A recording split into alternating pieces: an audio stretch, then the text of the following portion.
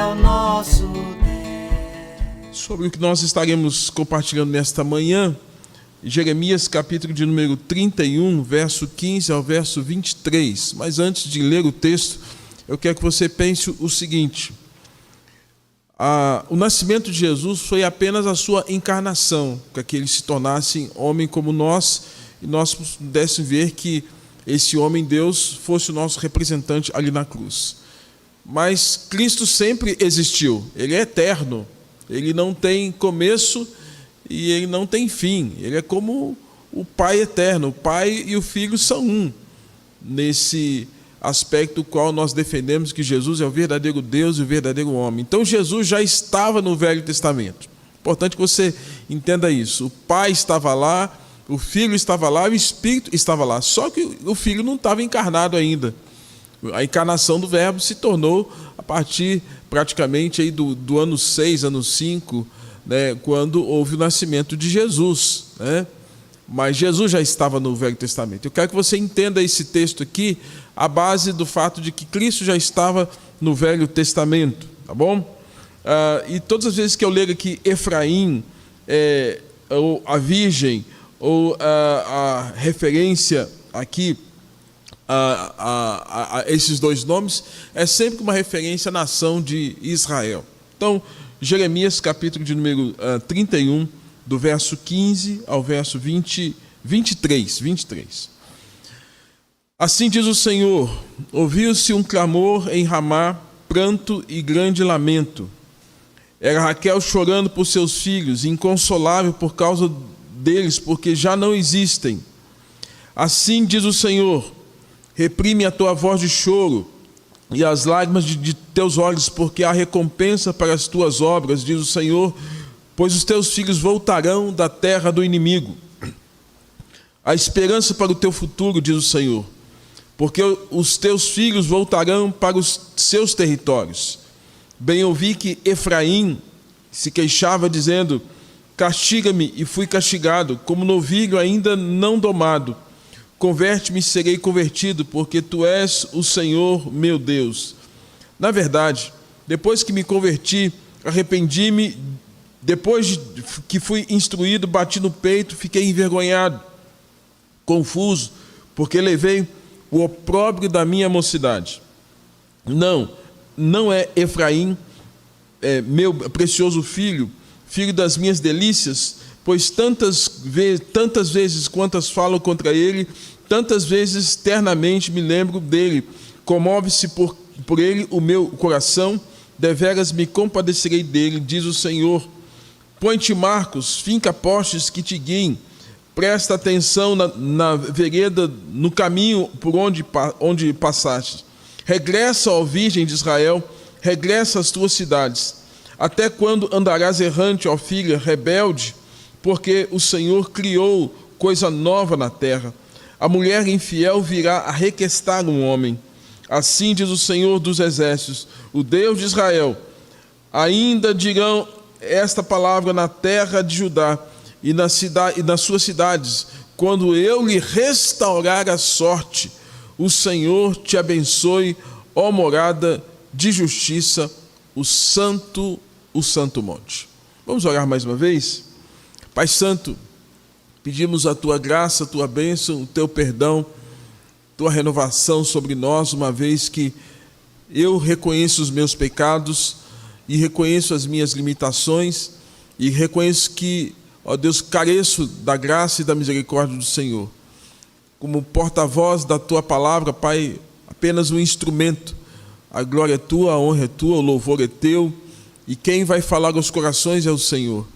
Ó Deus, e nós rogamos ao Senhor que Teu Santo Espírito não somente fale aos que estão aqui presentes, ó Deus, um grupo pequeno, mas também aos irmãos queridos que estão nos assistindo em suas casas, que tenham atenção à palavra do Senhor, sobretudo nesse dia que nos lembramos da ressurreição de Jesus. E em cima dela que há esperança para cada um de nós, porque esse mundo jaz no maligno. Não há, ó Deus, condições de colocarmos a nossa confiança no tempo presente, nos políticos, naquelas pessoas que são investidas de autoridade, porque são falhos, pecadores, e todo o reino humano vai passar. Apenas o teu reino prevalecerá. Ó Deus, e a ressurreição de Jesus nos aponta para um reino sem fim, para a vida eterna, para a eternidade. Ajuda-nos a crer e confiar nessa mensagem. Ó Deus, abençoe, portanto, assim nós oramos, em nome de Jesus. Amém. Amém.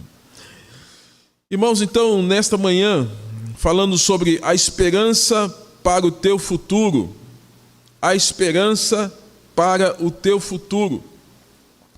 Quero lembrar o seguinte, que o livro de Jeremias é um livro também que aponta aspectos escatológicos. A palavra escatologia, escatos, últimos em grego, logos, estudo dos últimos dias. Então, escatologia, estudo dos últimos dias.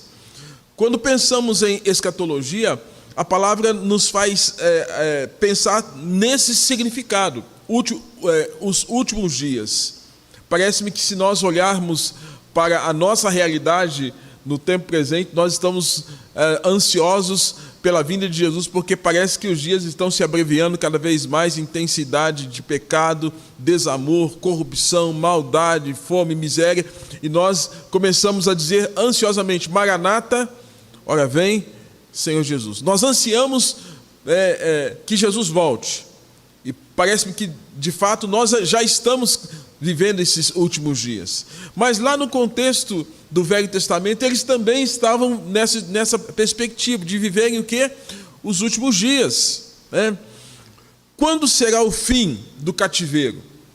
Uma vez que o povo hebreu foi levado para a Babilônia, e durante 70 anos eles foram confinados naquela nação que é o atual Iraque. Imagina você o quanto eles ansiavam para o ano 70, né? Até que chegasse esse ano 70. E eu fiquei pensando ao ler o texto, né?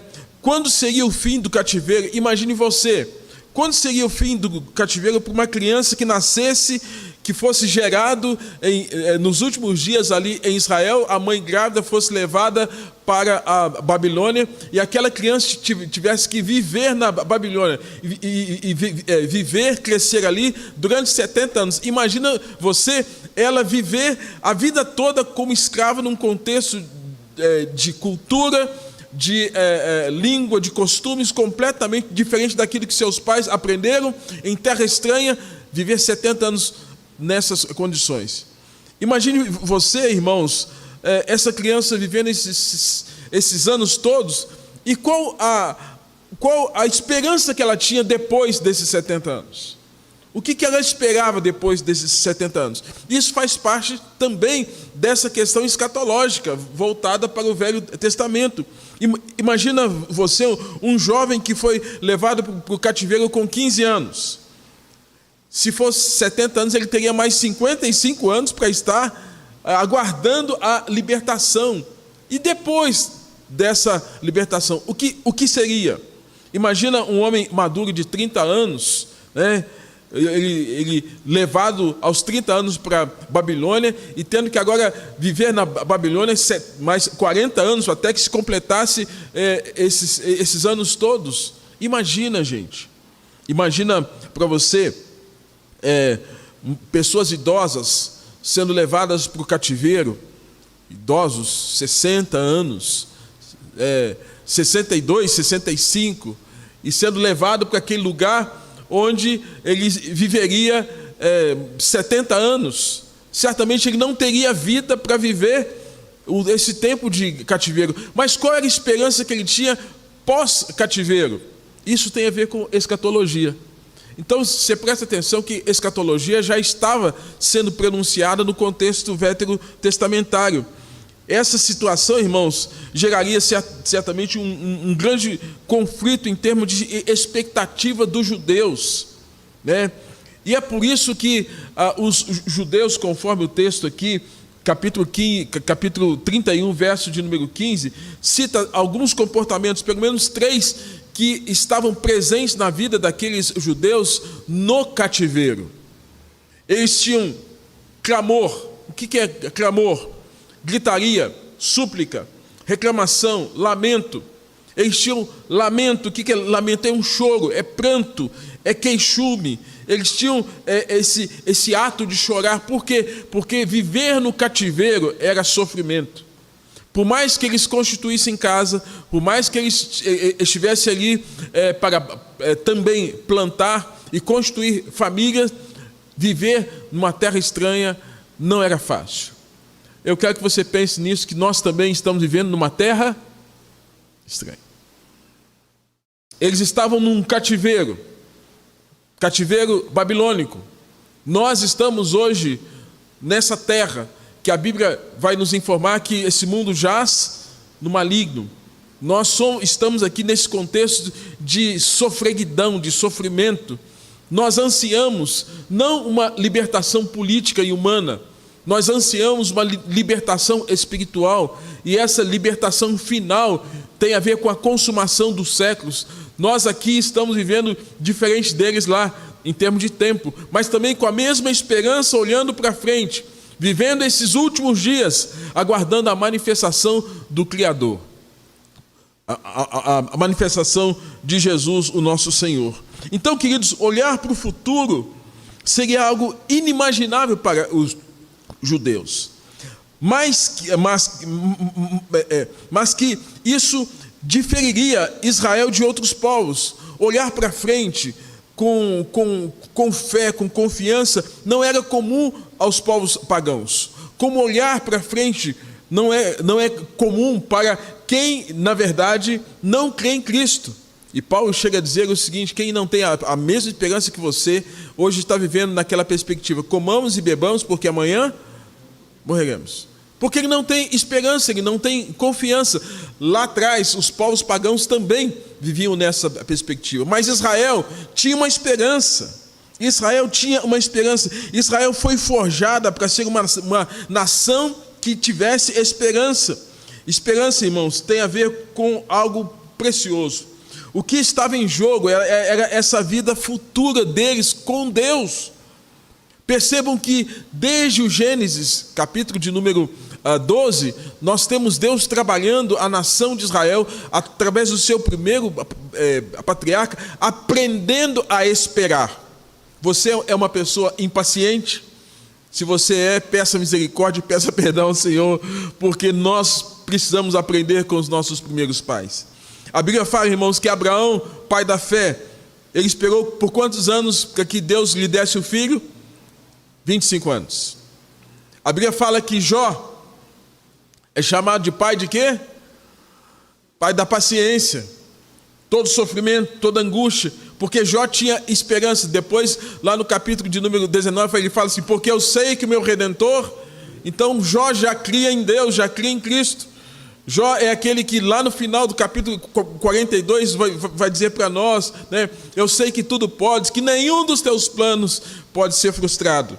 Jó é esse, irmãos, que nos ensina a esperar. Deus tratando de Abraão, Deus tratando de Jó, Deus tratando da nação de Israel, que ficou retida no Egito durante 400 anos, e que tinha que esperar um momento para ter a sua terra, esperando que Deus levantasse um libertador, e esse libertador foi Moisés. Israel teve que esperar, irmãos, 40 anos para encontrar a terra prometida. Depois de libertos, rodaram até que encontraram o caminho certo. E o caminho certo, irmãos, só chegou depois de muita espera. Aqueles que não deram conta de esperar e ficaram no meio do caminho, ficaram para trás. Samuel, irmãos, teve que esperar muitos anos até que fosse reconhecido como um profeta de Deus. Davi teve que esperar mais de 38 anos para trazer a unidade do povo, das 12 tribos que estavam espalhadas. Agora Israel deveria aprender a esperar novamente, 70 anos, até que tudo se reorganizasse de novo. Esperar coisas boas e dias melhores acerca dos últimos dias. Esta era a situação do povo judeu em terra estranha. Esta é a situação sua e minha. Vivendo aqui na terra, no ano 2021, século 21, pandemia, corrupção, maldade, abre comércio, fecha comércio, perde emprego, gente morre, situação difícil. Essa é a nossa realidade, mas nós começamos a sentir uma grande dor, e tal qual naqueles dias, né, eles tinham clamor, quanta gente chorando pela perda de seus parentes, lamento, morte, perda de emprego. Agora cedo eu recebi um vídeo, eu não dei conta de ir até o fim, quando nós temos esse momento de tremenda violência, de pessoas indo ao trabalho e autoridades cerceando a liberdade de pessoas terem um pão, de pagarem as suas contas, de ter alimento em casa. Isso corta o coração de qualquer um. Isso angustia. Eu falei, não, vou parar aqui que eu não dou conta de assistir até o fim, não. É sofrimento, irmãos. Então, o que nós estamos esperando? Esperando coisas do tempo presente? Não. Nós esperamos as coisas do reino futuro. E se você, crente, não guarda essa esperança, você precisa fortalecer a sua fé. Né? E aí, irmãos, é nesse contexto que nós temos a circunstância. Para melhor compreensão, então, desse texto, precisamos traduzir ou deixar claro alguns aspectos. Quando Deus vai se referir a Israel, ele usa alguns termos, alguns nomes para significar a mesma coisa. Então, você que está com a sua Bíblia na mão aí, pega aí a sua Bíblia, e você vai ver que tem alguns termos que são muito parecidos. No verso 15, faz uma referência a Raquel. O que a Raquel está nesse texto? Por que ela está aqui? No verso 15, Raquel foi esposa de Jacó, o seu nome significa ovelha, mas também representa a nação de Israel, reino do norte e reino do sul. Daí o Salmo 100 dizer, somos o seu povo, rebanho do seu pastoreio, rebanho que ovelhas. Então, Raquel, a mãe das 12 tribos. Então, Raquel representa Israel. Nós temos aqui Efraim. Efraim é filho de José, verso de número 18. Também é uma referência a Israel. Efraim significa Deus me fez próspero. Deus me fez próspero. Então, é uma referência à nação de Israel como um todo. No verso de número 21, há uma expressão lindíssima, referindo-se a Israel como a Virgem de Israel. Olha só que expressão linda. O que significa isso? Pessoas que foram dedicadas a Deus como uma virgem casta, né? Então, Israel é tida como a Virgem de Israel. É uma referência à nação de Israel. Então, esses três termos referem-se à nação de Israel. Então, se você olhar do verso 15 até o verso de número 23, os três termos estão referindo à nação de Israel. Nação de Israel. A ela que Deus está se referindo, usando as expressões Raquel, Efraim ou a Virgem de Israel. Entendendo isso, irmãos, nós queremos destacar algumas questões. Lá no capítulo de número 17 de Jeremias, capítulo de número 17, verso de número 13 ao verso 15, diz assim a palavra do Senhor, capítulo 17, verso 13 ao verso 15. Apenas o verso 13. 12. Trono de glória enaltecido desde o princípio é o lugar do nosso santuário. Verso 13. Ó Senhor, esperança de quem? De Israel. Ó Senhor, o Senhor é a esperança de Israel. Todos aqueles que te deixam serão envergonhados. O nome dos que se apartam de mim será escrito no chão, porque abandonaram o Senhor. Capítulo de número 14, verso de número 8. Um pouquinho atrás aí, você vai ver que também há a seguinte referência. Verso 8. Ó esperança de Israel e Redentor seu no tempo da angústia, por que serias como estrangeiro na terra e como viandante que se desvia para passar a noite? Ou seja, Jeremias fala acerca de Deus e fala de Deus como a esse que é a esperança de Israel e fala do Redentor de Israel. Quem é o Redentor de Israel? Como eu disse aqui no início, irmãos, Jesus, ele encarnado, aparece no contexto do Novo Testamento. Mas Jesus é esse que está no contexto do Velho Testamento o tempo todo. Jesus ele está nesse contexto do Velho Testamento. Então Jesus já estava lá. A partir disso, 4 aprendizados que nós podemos ter nesses textos aqui. Se você olhar lá no verso de número 17, texto que lemos, capítulo de número 31, verso de número 17, Deus está dizendo assim: há esperança para o teu futuro, diz o Senhor, porque os teus filhos voltarão para os teus territórios. Primeira coisa que nós podemos aprender, irmãos, que Deus colocou no coração daquele povo uma esperança. Deus colocou no coração daquele povo uma esperança, e o próprio Deus fala a eles acerca dessa esperança, quando ele fala: havia futuro para uma nação quebrada. E esse futuro advinha da esperança, e essa esperança era o próprio Deus, ele que era tido como a esperança de Israel, descrito no capítulo de número 14, no capítulo de número 17. Agora Deus está dizendo assim: olha, tem esperança para você, nação de Israel. E se você se lembra, a nação estava quebrada, destruída moralmente, eticamente, espiritualmente, emocionalmente. A nação estava dando as costas para o Senhor. E agora, irmãos, o que está acontecendo? Verso 15 está dizendo assim, que a nação estava chorando. Verso 15 está dizendo: olha, ouviu-se um clamor em Ramá, pranto e grande lamento. Era Raquel chorando por seus filhos, inconsolável, porque eles já não mais existem. Irmãos, o texto vai nos ensinar, portanto, que Raquel chorando, inconsolável, era fruto da disciplina que Deus impôs sobre aquela nação, da correção que Deus impôs sobre aquela nação.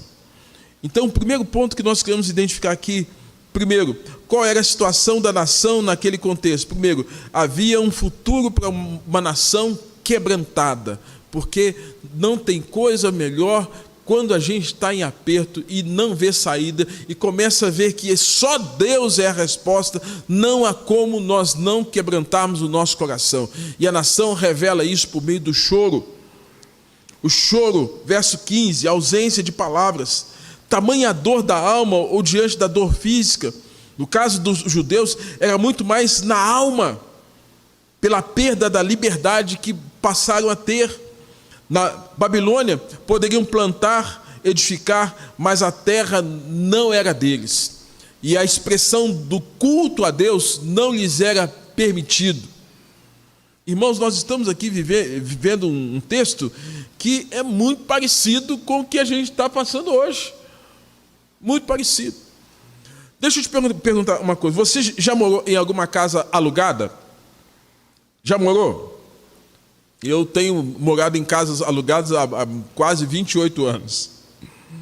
Quem não tem casa para morar, e quando mora numa casa alugada, a pior coisa, tem um grande incômodo. Morar naquilo que não é seu, você não pode assentar um prego. Você não pode mudar nada de lugar. Você não pode mudar uma porta. Você não pode mudar um vidro. Você não pode fazer nada. Se fizer, vai ficar para o lucro do proprietário. Irmãos, a grande questão do povo hebreu é que eles estavam num lugar alugado, emprestado. Estavam ali como escravos. Nós também estamos num lugar que não é nosso. Essa terra não foi para nós vivermos aqui. Deus estabeleceu os céus, o novo céu e a nova terra. E se nós começarmos a olhar, irmãos, a terra não era deles, o costume não era deles, a comida não era deles, mas a Bíblia fala o seguinte, que havia um choro em Raquel, representando a nação de Israel, porque seus filhos já não mais existem. Se algo não mais existe é porque foi perdido, foi roubado, foi destruído, ou porque morreu. E o que morreu? O que se perdeu? Amados, a nação havia perdido a sua identidade como nação.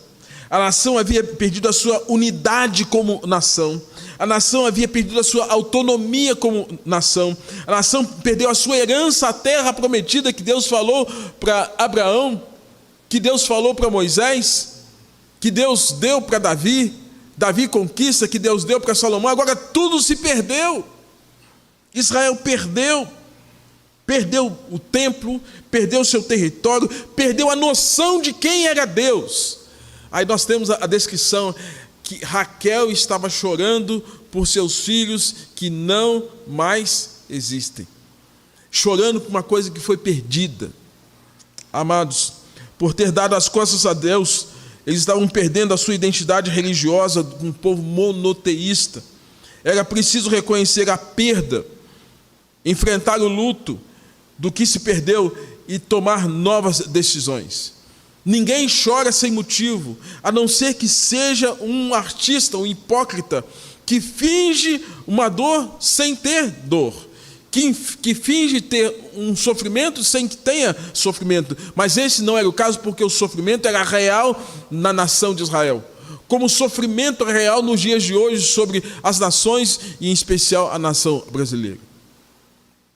E em tempo de sofrimento, irmãos, não há como não chorar, não lamentar, não se contristar diante de um tempo de luta, de dificuldade, de quebrantamento, de fragilidade. Ainda bem, chegou o tempo na nação de Israel. Quem tem acompanhado as pregações, até o capítulo de número 31, a nação está arrogante contra Deus. O choro era real, a perda era real, o luto era real, a dor era real. E conforme Eclesiastes capítulo 3, verso 4, aquele era um tempo de choro, era um tempo de lamento. Queridos irmãos, aplicando esse primeiro ponto, esse texto nos faz refletir que como nação, como igreja, como família, como povo de Deus, também vivemos um tempo de choro, de perdas e grandes perdas, de luto, de dor, muita dor.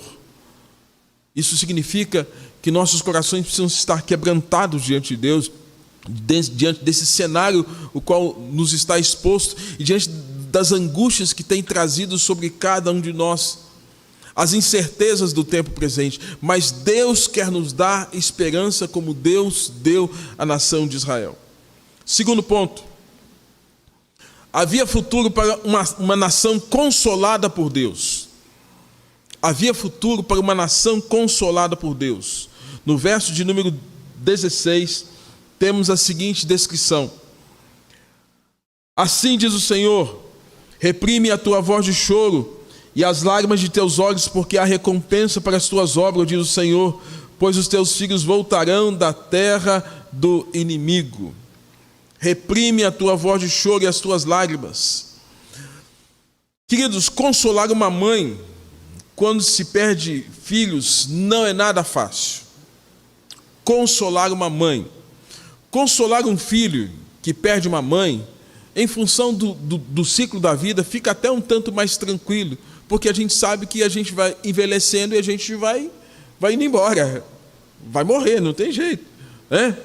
Mas consolar uma mãe que perde um filho não é nada fácil. Havia uma irmã em São Paulo que ela perdeu ainda jovem, ela havia perdido um filho ainda jovem. Eu convivi com essa mãe durante 15 anos.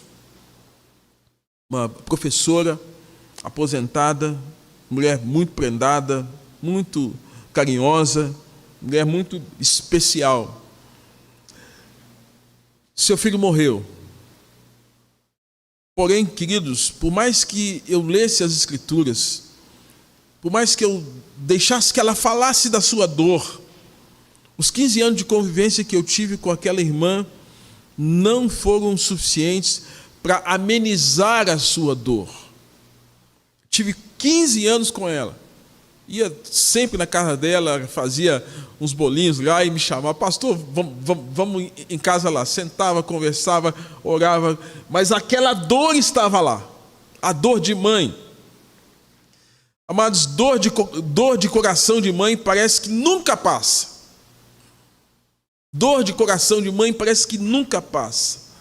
A dor espiritual da nação de Israel, representada por Raquel, não passava. A dor do coração da nação parece que não passava. Por isso, tanto clamor, grande pranto, lamento e um coração inconsolado. Deus, na sua muita misericórdia, viu a dor, o lamento e a aflição. Não foi o tempo todo que eles permaneceram no estado de rebeldia e de um coração contumaz, duro. Uma hora tiveram que dar o braço a torcer e se fragilizar e se quebrantar. Como nós também. Às vezes nós agimos com dureza com as pessoas, dureza com Deus, dureza com a igreja, dureza com a família, com o esposo, com a esposa. Às vezes a gente é duro, né? Não sei se você é assim. Se você é assim, peça perdão, misericórdia e mude de vida, porque às vezes a gente é duro. Mas nunca se esqueça daquilo que a palavra de Deus diz, que Deus resiste ao soberbo. Nunca se esqueça disso. Às vezes eu tenho visto gente assim que é muito legalzinho, mas é dura, é difícil, é dura. E Deus está dizendo assim, ó, se você for duro, eu vou ser mais duro que você. Você não vai me vencer. Você não vai ganhar de mim. Deus está dizendo isso para você. Deus está dizendo que quando nós ficamos endurecidos, nós não vamos ganhar dele nunca. Na queda de braço, no argumento, na postura, que nós somos barro. Ele é o Criador, nós somos criatura. E quando você pisa duro com Deus, eu vou pisar duro com você até você se quebrantar e se humilhar na minha presença. Que Deus resiste ao soberbo. Paulo tentou dar uma de durão com o Senhor, perseguindo os cristãos, e Jesus depois aparece para Saulo e diz: Saulo, Saulo, por que me persegues? Depois o Senhor diz a ele: dura coisa é recalcitrar contra os aguilhões de Deus. Você fica brigando comigo, mas eu sou mais forte que você. Irmãos, a nação estava brigando com Deus, dando as costas para Deus. Agora chegou a hora de quebrantamento, a hora de humilhação. E o Senhor se apresenta como um consolador. Nós lemos no capítulo 14, capítulo 17, que o Senhor é a esperança de Israel. Nós vimos no capítulo 14, 8, que Ele é a esperança, que Ele é o Redentor de Israel, aquele que consola em tempo de angústia. Israel era como essa mãe, angustiada porque os filhos haviam se perdido. Era essa mãe angustiada porque ela não tinha consolo. Irmãos, nós vivemos dias difíceis, os quais muitas vezes nós tentamos viver a vida na perspectiva de que nós damos conta. Ontem eu estive com alguns diáconos da nossa igreja, fazendo uma visita para uma família aqui no bairro Mangueiras. A mãe está com câncer, a filha teve o esposo assassinado há um mês atrás, a mãe enferma, fazendo tratamento, a filha nova, 29 anos, enviuvada, dor. Por mais que eu fale, por mais que eu argumente, eu li o Salmos 23 com ela ali, mas eu sei que não é a minha palavra e que só Deus pode consolar um coração quebrado, esfrangalhado, destruído, esmiuçado. Só Deus poderia consolar a nação de Israel. E a Bíblia, irmãos, vai nos ensinar que Deus diz uma palavra por meio do profeta, fala assim: Israel, Raquel, reprime a tua voz de choro e as tuas lágrimas. Reprimir, irmão, significa controle, guarda, sustenha, pare, domine, se retraia, modere. Em outras palavras, Deus está dizendo: Raquel ou Israel, pare de chorar. Chega de choro. Chega de lamento. Pare de andar de preto. Pare de andar de luto. Passou. Amados, o Senhor nos diz na sua palavra, no Salmos 29, que a voz do Senhor é poderosa, é cheia de majestade, quebra o arco, despedaça a lança, despende as chamas de fogo, faz tremer o deserto. O Senhor dá força ao seu povo. O Senhor abençoa com paz o seu povo. Deus estava fazendo isso com a nação de Israel, por meio de Jeremias. Reprime a tua voz de choro, olha, e cesse as tuas lágrimas. Agora eu estou dando uma palavra de encorajamento para você. O Salmo 146, verso 7, o Senhor diz assim: o Senhor faz justiça aos oprimidos e dá pão ao que tem fome. O Senhor liberta os encarcerados, abre os olhos aos cegos. Caiu aí não? Não? Ok? Aqui deu um curto aqui, né? O Senhor liberta os encarcerados, abre os olhos aos cegos, levanta os abatidos, guarda o peregrino, ampara o órfão e viúva. O Senhor reina para sempre. Ou seja, a Bíblia nos ensinando, irmãos, que nosso Deus é esse Deus que levanta os abatidos, e a nação estava abatida. Deus consolando. Havia futuro para uma nação consolada. E amados, nesses dias nós carecemos do consolo de Deus. E Deus revela a sua graça comum, quando além de consolar, Deus faz uma promessa. Diz o texto: porque há recompensa para as tuas obras. Deus revela graça aqui, irmãos, quando promete recompensa sem que mereçam ou tenham feito algo que mereçam. Percebam o seguinte: podemos nos perguntar, que obras eram essas?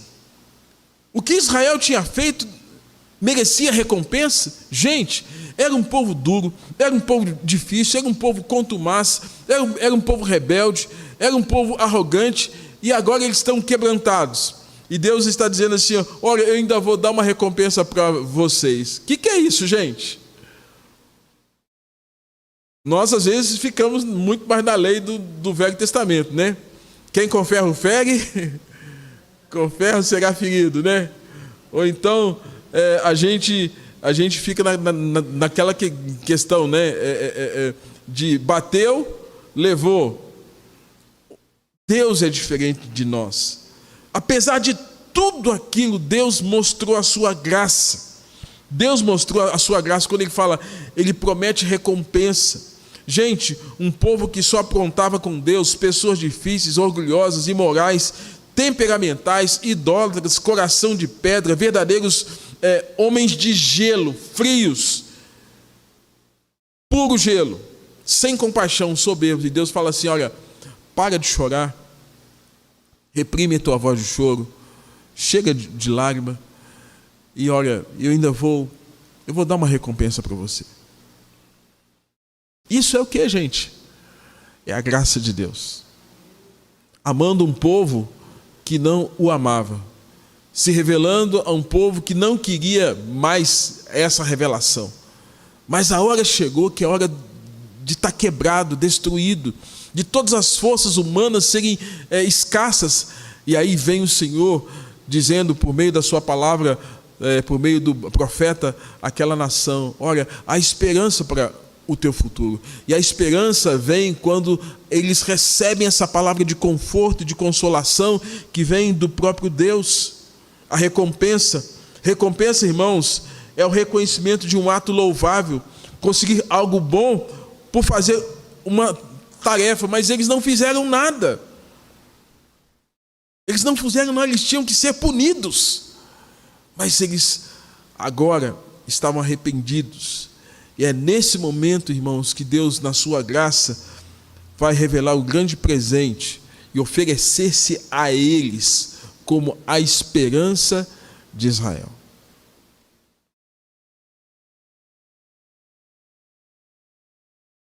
Nós hoje estamos vivendo também nas mesmas perspectivas. Somos igualzinho o povo lá atrás. O que muda são as épocas. O que muda são os contextos de avanço tecnológico, cultural, mas coração, atitude é a mesma coisa do Velho Testamento. O que nós temos para oferecer ao nosso Deus? Nosso dinheiro, nossa religiosidade, nosso status, o nosso poder, o nosso conhecimento, a nossa beleza. O que nós temos para oferecer? Nós não temos nada para oferecer ao Senhor, e por mais que queiramos oferecer a Deus qualquer coisa, o profeta Isaías fala que oferecer a Deus alguma coisa na perspectiva humana, é oferecer como se oferecesse a Deus um pano impuro, um pano de menstruação. Então nós não temos como oferecer nada para Deus. É Ele que nos chama, é Ele que está chamando um povo rebelde, é Ele que está chamando uma geração rebelde, é Ele que está chamando uma nação rebelde à comunhão e trazendo de volta e gerando esperança no coração deles, como nesses dias tão difíceis. Deus está dizendo para nós: a graça está sobre vocês, chamando-os pelo Evangelho. E eu quero recompensá-los, ainda que vocês não mereçam. E o apóstolo Paulo vai dizer: por isso, pela graça sois salvos. Isso não vem de vós, é carismata, é dom de Deus, não de obras para que ninguém bata no peito e se glorie, mas porque o Senhor manifestou o seu amor para conosco, porque Ele nos amou primeiro. Irmãos, lembre-se, quando no verso 16 diz assim: teus filhos voltarão da terra do inimigo. Lembre-se que a Babilônia sempre representou o inimigo, o opositor, o reino do mal, a perversidade, a maldade, a opressão. A Babilônia é o reino das trevas, e eles estavam naquele contexto de reino do mal, da perversidade, do paganismo. E Deus está dizendo: eu vou libertar vocês, e vou dar esperança para vocês. E a despeito da idade de quem estava no cativeiro, após aquele momento haveria uma nova chance, uma nova perspectiva de vida para eles. Como também para nós, irmãos. Apocalipse capítulo 14, verso 8, diz assim: a Babilônia é representada como uma prostituta que embebedada, ou que embebeda as nações, as embriaga e as domina. Mas ela vai cair. Ela vai cair. Como Satanás foi derrotado na vida, na morte e na ressurreição de Jesus, sendo que no momento final, o grande finale, o grande triunfo será quando o Senhor Jesus Cristo voltar, quando nós aguardamos a segunda vinda de Jesus, e essa segunda vinda de Jesus será o triunfo de Jesus sobre Satanás. A Bíblia fala que ele será solto pouco tempo antes do fim. A minha pergunta é se ele vai ser solto ou se já está. Se já foi, está fazendo grandes arruaças. Se for solto, imagina se ele for solto ainda. Eu não quero entrar nesse mérito aqui, mas eu quero que você pense, porque a Bíblia nos ensina lá em Apocalipse, verso 20, capítulo 20, verso 5, que nos dias finais ele será solto pouco tempo. Então, se ele não foi, nós já estamos vivendo um tempo dificílimo. Se ele for estar solto, for ser solto, imagina se hoje já está ruim, imagina quando ele for solto. Então, a sua esperança quem é? A nossa esperança quem é?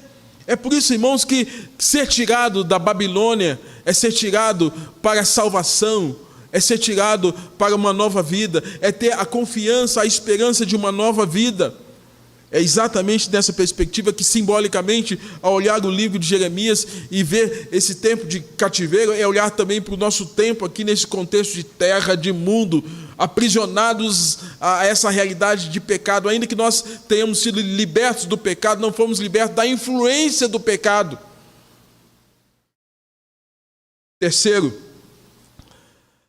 havia futuro para a nação que guardava a esperança. Havia futuro para a nação que guardava a esperança, e o texto que nós lemos no início: a esperança para o teu futuro, porque os teus filhos voltarão para os seus territórios. Irmãos, Deus está falando de esperança. Imagine você diante de uma doença gravíssima, e o médico chega para você diante daquele quadro e fala: olha, a sua doença tem cura, tem remédio, tem remissão. Certamente isso nos enche de esperança. Eu me lembro que em 2018, quando ainda estava em São Paulo, com dois irmãos com diagnóstico de câncer, mais velho que eu e mais novo que eu. Estava no meio deles. Em 2018 ainda estava em São Paulo, eu peguei um voo, fui para Juiz de Fora, e fui numa consulta com o meu irmão, Rogério, no seu oncologista. Seu tratamento já estava na 8ª sessão de quimioterapia. E visto a frequência das sessões, que eram muito fortes, ele estava agora com complicações cardíacas. Problemas agora, fruto de tanta químio, né? Ele passou a ter problemas cardíacos. O médico, então, interrompeu as 2 últimas sessões, para não expô-lo a um risco maior, mas com todos os diagnósticos que tinha em mãos, o médico, na frente dele e na minha frente, disse o seguinte, eu me lembro como se fosse hoje. Ele disse assim: Rogério, eu não sou como alguns médicos que ficam enganando pacientes. Mas no seu caso, eu quero dizer o seguinte: se você conseguir ultrapassar 70 anos, é sinal que a doença não venceu você, é sinal que você foi curado. Meu irmão tem 50 anos. Se você passar, isso foi há 3 anos atrás. Se você passar dos 70 anos, pode ter certeza que você foi curado. E eu olhei para o Rogério olhou para mim, achando estranho, porque nossa, faltava 2 outras sessões de químio, mas para não expor a vida dele a um risco maior por causa de uma outra complicação gerada pela químio, poderia trazer o infarto para ele. Mas o médico, olhando os resultados de análise de quantidade de células defeituosas, falou: os índices são baixos e eu entendo que você está num quadro de remissão. É como se falasse: você está curado, mas o sinal da cura será se você conseguir ultrapassar os 70 anos. Gente, aquela palavra para mim já foi uma palavra enorme de esperança. Meu irmão já estava quase 2 anos, 3 anos parado, fazendo tratamento, radioterapia, quimioterapia, e nos dias que ele teve o diagnóstico de que estava com câncer, a esposa dele também naqueles dias teve a notícia que ela estava grávida, tendo que lidar com o câncer de um lado e tendo que lidar com o nascimento de uma criança do outro. Certamente a cabeça dele ficou muito confusa, porque não sabia se cuidava da saúde, se alegrava com a chegada de um filho, o Mateuzinho, e foi um tempo muito difícil, não só para ele, mas para nós como família, como um todo, que assistimos aquilo. Irmãos, a palavra de um homem gerou esperança no meu coração, e no coração dele, e no coração da nossa família, de um médico. Então, imagine a palavra de Deus. Imagine a palavra de Deus dizendo para Israel: tem esperança. Tem esperança para o seu futuro. Imagine Deus falando para um povo: tem esperança para você. Esperança, irmãos, esperança no aspecto emocional é uma crença na possibilidade de resultados positivos. Isso pode ser dito como um pensamento positivo. Mas a esperança na perspectiva bíblica, esperança bíblica é esperar com a confiança de que Deus está no controle de todas as coisas. Não nos cabe definir ou imaginar o objeto que espera. A esperança de Deus escapa à nossa iniciativa, pois não está inscrita nas coisas visíveis que pertencem ao mundo da carne, mas nas coisas invisíveis. E Paulo vai dizer em Romanos capítulo 8, 24, a esperança que se vê não é esperança. Como pode esperar aquilo que se vê? É por isso, irmãos, que Hebreus capítulo 11 vai dizer que a nossa fé é a certeza de coisas que se esperam e a convicção de fatos que nós não vemos. E a Bíblia vai nos ensinar, irmãos, que Deus colocou isso no coração de um povo contumaz, rebelde, como os hebreus, distante de Deus, e falou: eu vou colocar esperança no coração de vocês. E a diferença sua e deles é só o tempo. Minha e deles é só o tempo. Deus colocou esperança no meu coração. E eu quero que você pense em si. Uma palavra de um médico às vezes traz esperança para nós. Imagina a palavra de Deus. Deus nutre nossa esperança cristã como peregrinos. E nessa terra manchada pelo pecado, essa se torna para nós se torna para nós o único caminho pelo qual nós possamos trilhar. Essa casa não é a nossa casa final, essa casa aqui não é a nossa casa final. A nossa casa é celestial, infinitamente superior às melhores mansões terrenas. Hoje, domingo, sexta-feira, tive informação do falecimento de um pastor amigo lá de São Paulo. Foi enterrado sábado. E ontem à noite, fazendo esse sermão, escrevendo esse sermão, eu estava lendo esse texto, que eu vou ler aqui a pouco, 2 Coríntios capítulo 5, 1 a 6, quando Paulo fala assim: porque sabemos que se a nossa esperança terrestre deste tabernáculo se desfizer, temos de Deus um edifício, uma casa não feita por mãos, eterna nos céus. E por isso também gememos, desejando ser revestidos da nossa habitação que é do céu.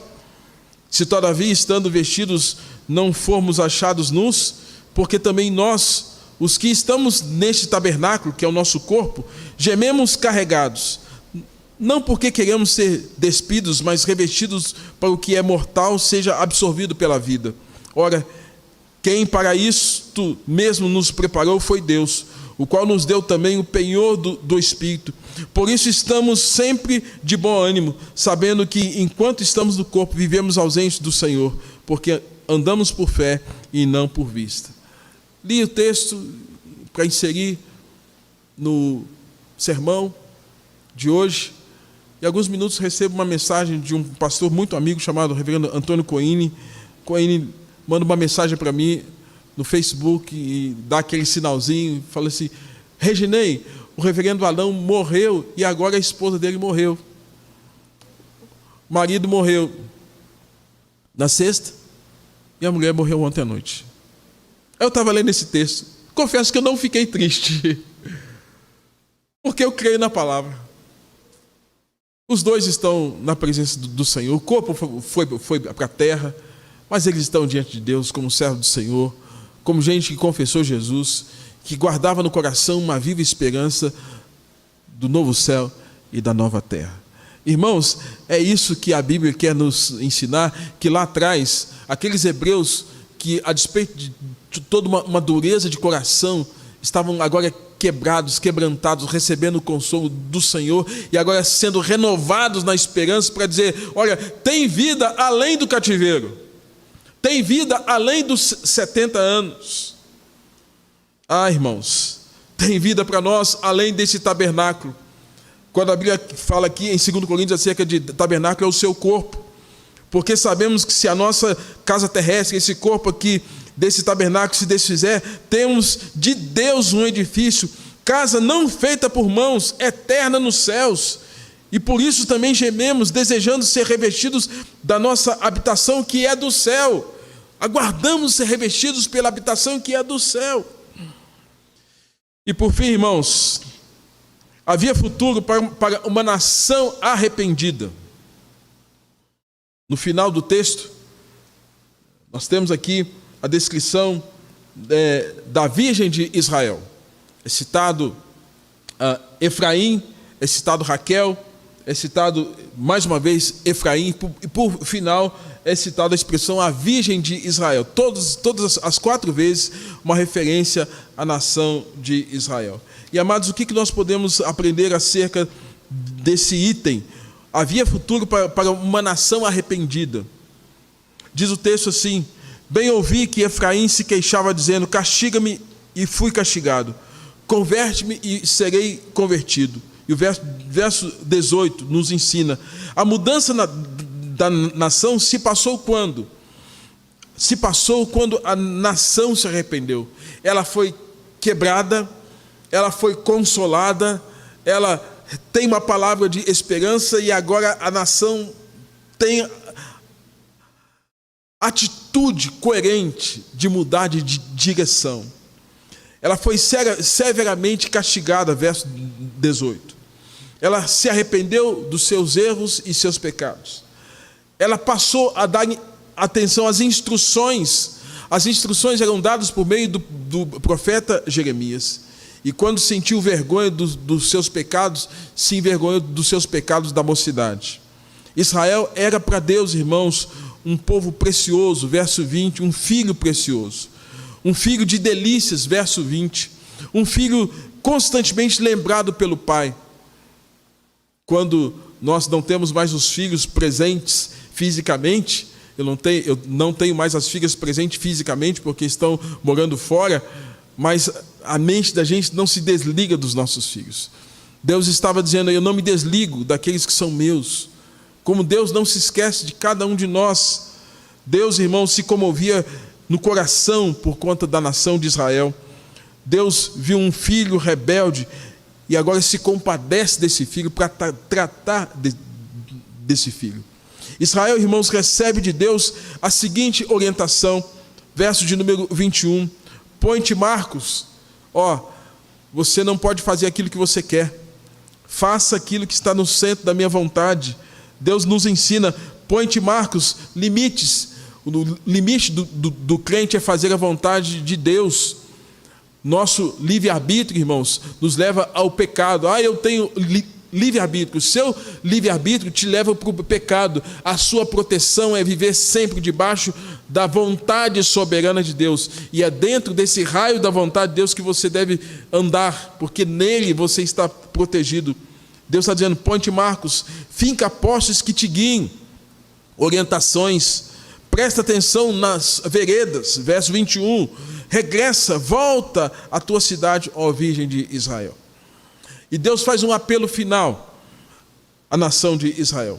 O apelo tem uma dimensão temporal, quando Deus diz assim: até quando andarás errante, ó filha rebelde? A Virgem de Israel é chamada de mulher infiel que precisa sair da prostituição, que precisa abandonar os seus amantes. A mulher infiel é chamada a ser fiel. Eu quero que você veja aqui comigo, já encerrando, que tem uma expressão que precisa ser bem entendida no verso de número 22. Diz assim: até quando andarás errante, ó filha rebelde? Porque o Senhor criou coisa nova na terra. A mulher infiel virá a requestar um homem. Olhando assim, a grosso modo, a gente acha esse texto tão estranho. Requestar, o que é isso? Vou ajudá-lo a compreender. A Bíblia Thompson, no seu comentário, ou na sua tradução, porque nós temos vários textos traduzidos do mesmo texto hebraico, ela traduz da seguinte forma: até quando andarás? Me perdoe o termo, é bíblico, tá? Está lá, vagabunda. Chamando Israel de vagabunda. Até quando andarás vagabunda, ó filha rebelde? O Senhor criou uma coisa nova na terra: uma mulher cercará um homem. A expressão requestar tinha o significado, num contexto de fragilidade, a mulher chegar-se. Eu vou chamar aqui Miguel e Danilo, por favor. Miguel, vou fazer em loco aquilo aqui, por favor. Podem vir aqui os dois. Os dois aqui são casados, viu, gente? Quem estiver em casa aqui vai apenas porque aqui o povo. Olha, esses dois aqui são casados, viu? Tá vendo esse moço aqui com o peito forte? Você vai pôr a cabeça no peito dele, não, como sinal assim de segurança, né? E ele vai colocar o braço, isto. Requestar é isso aqui. Tá? Ele diz que Israel deveria fazer isso, como a mulher deveria colocar-se de maneira segura no peito de alguém mais forte que ela. Olha que coisa linda! Que coisa linda! Deus está dizendo que Israel deveria fazer isso aqui, se colocar segura nos braços e no peito do seu Senhor. Obrigado, casal. Casal 20. Deus abençoe. Viu? Ficou mais claro, né, da gente entender. Isso significa requestar. Essa Virgem de Israel, ela deveria se colocar nos braços no peito do seu Senhor, segura, confiante. A Bíblia reformada interpreta esse texto dizendo que Israel buscava amparo em Cristo. O homem forte aqui, representado pelo Danilo, é Cristo. A mulher, representada pela igreja, Israel. Um sinal do nascimento virginal de Cristo, ou Israel agarrando ao seu Senhor em arrependimento e estando segura nos braços do Senhor.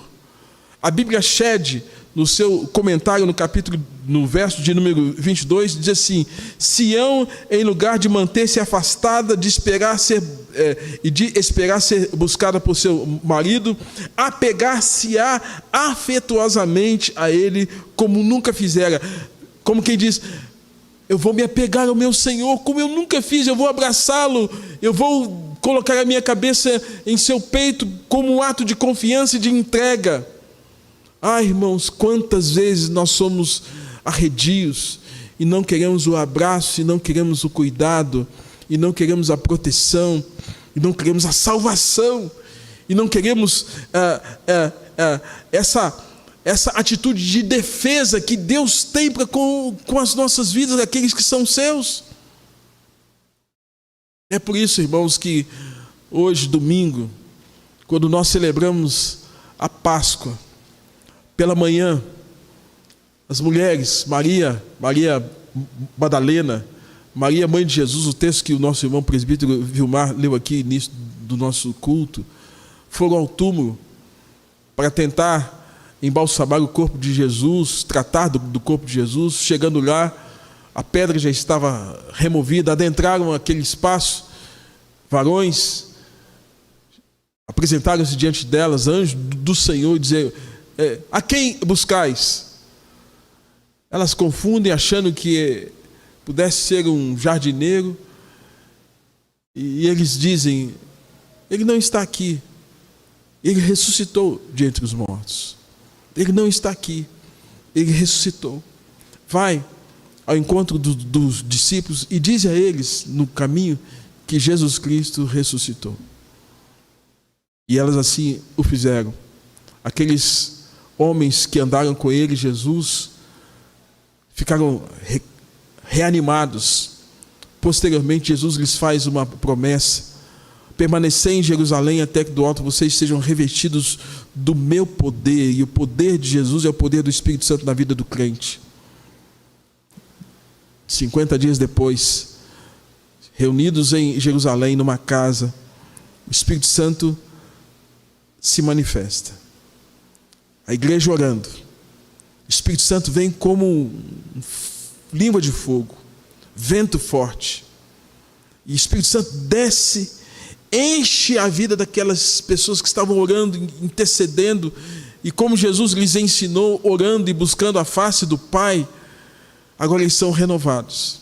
E dentre eles Pedro, que estava ali, dentre eles esse Pedro que havia negado Jesus e foi tratado lá no capítulo João. Pedro entende tudo que está acontecendo e vai anunciar a palavra de Deus. E quando Pedro anuncia, irmãos, ele fala: olha, o que vocês têm visto e ouvido é que foi anunciado por Davi e pelo profeta Joel, que havia a promessa de que o Senhor derramaria o seu Santo Espírito sobre os jovens, sobre os homens, sobre as mulheres, sobre os anciãos, sobre os servos e as servas. O Espírito Santo é dado, Atos 2. Cumpre-se a promessa. Jesus não nos deixa mais sozinhos, por causa da sua ressurreição. E agora Ele nos nutre com uma esperança, a esperança do novo céu e da nova terra. Gente, a nação vivia naquela esperança. A nação vivia um tempo de choro, um tempo de palavra de consolo, um tempo de ser renovado na sua esperança, um tempo de sinais de arrependimento. É por isso que abrigar-se nos braços de Jesus é ser protegida pelo Senhor. Podemos fazer uma comparação com nós que vivemos e o que Cristo fez por nós. Em plena Páscoa, somos desafiados a refletir de igual modo se essa pandemia não é um momento que Deus tem nos encurralado como humanidade com esse vírus, e por isso seja um tempo de choro das nações, um tempo de lamento, um tempo de estarmos recebendo também o consolo do Senhor diante de perdas e mortes, um tempo de renovação da nossa esperança, de entender que nosso mundo não é esse, não é essa Babilônia, não é esse tempo presente, e de termos sinais claros de um genuíno arrependimento espiritual, uma vez que o noivo aguarda uma noiva linda, maravilhosa, sem mancha, sem mácula e sem ruga para o grande encontro. E essa noiva é você, essa noiva sou eu. Que o Senhor tenha misericórdia de nós e nos abençoe. Vamos orar? Ó Deus, obrigado por esta manhã, pela palavra compartilhada. Que haja sempre, ó Deus, o iluminar do Teu Santo Espírito para com a vida de pessoas que estão ouvindo a Tua palavra, quer seja pela internet, os que estão aqui, ó Deus, e traga-nos renovação por meio da Tua ressurreição e o derramamento do Teu Santo Espírito sobre a nossa vida. Assim oramos e agradecemos em nome de Jesus. Amém.